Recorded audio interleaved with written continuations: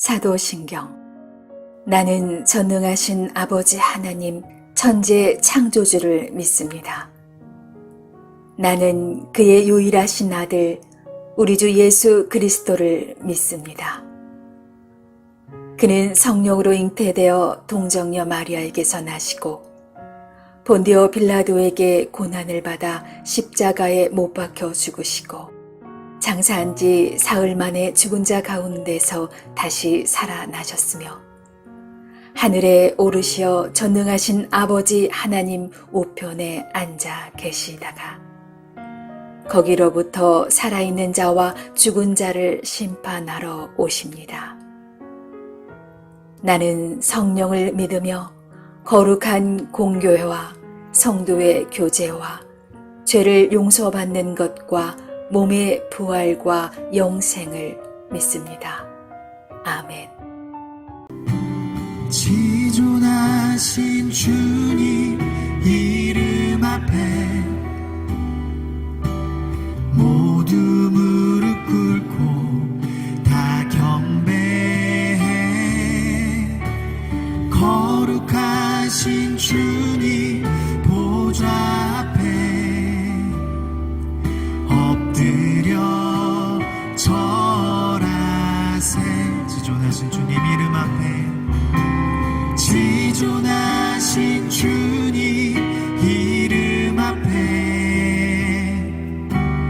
모두 무릎 꿇고 다 경배해. 거룩하신 주님 보좌 앞에 엎드려 절하세.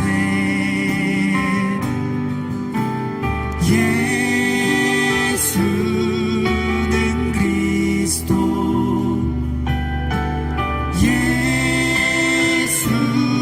예수는 주,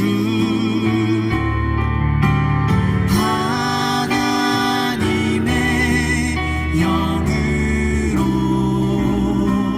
경배 드리리. 지존하신 주님 이름 앞에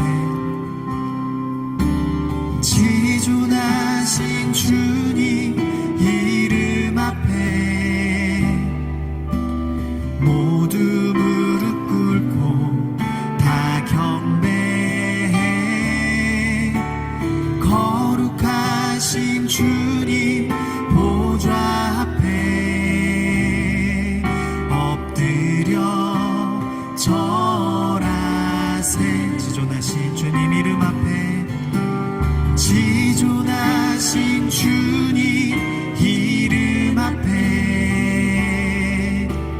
모두 무릎 꿇고 다 경배해.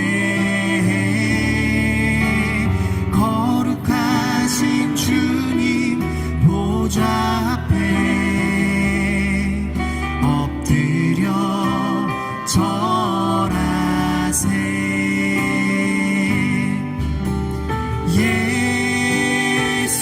예수는 그리스도, 예수는 주, 하나님의 영으로 경배 드리리.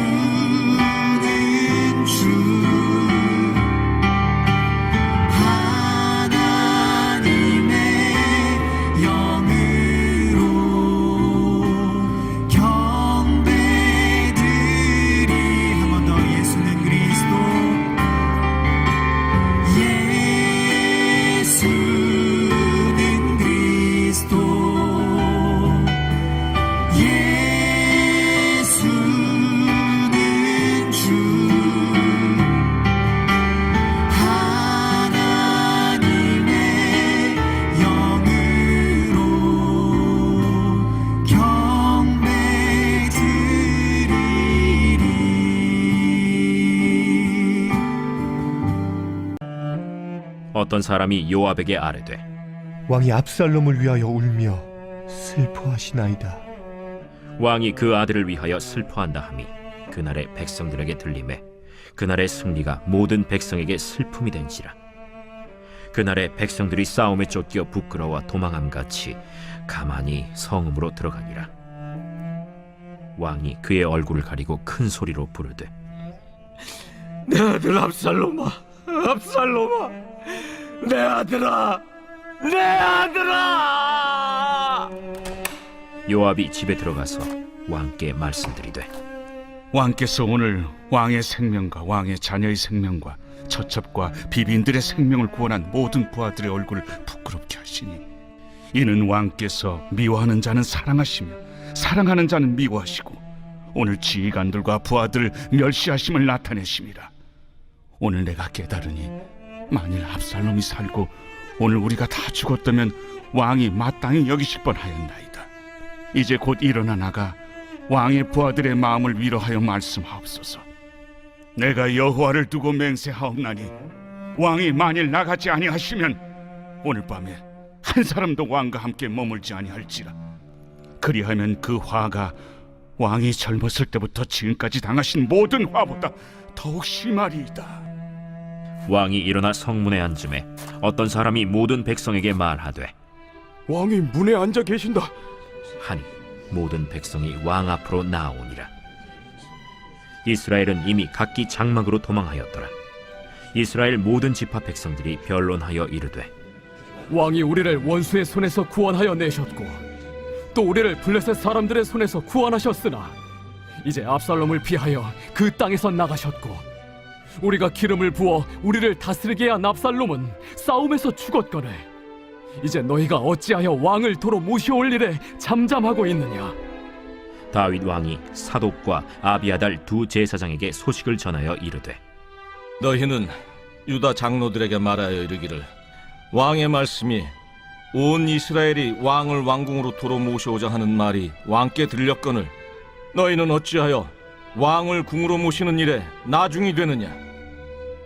너희는 내 형제여 내 고륙이거늘 너희는 어찌하여 왕을 도로 모셔오는 일에 나중이 되리여 하셨다 하고 너희는 또 아마사에게 이르기를 너는 내 고륙이 아니냐.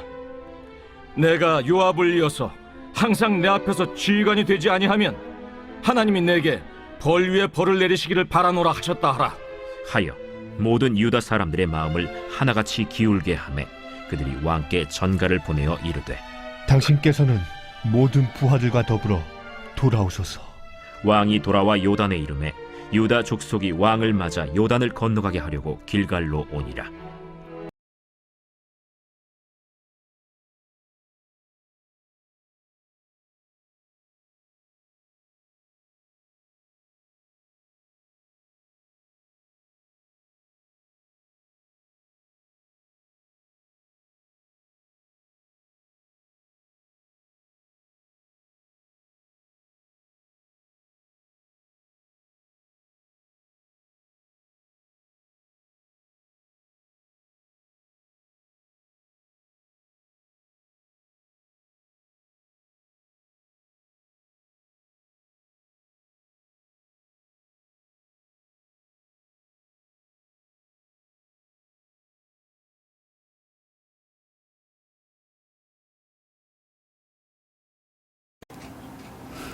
샬롬.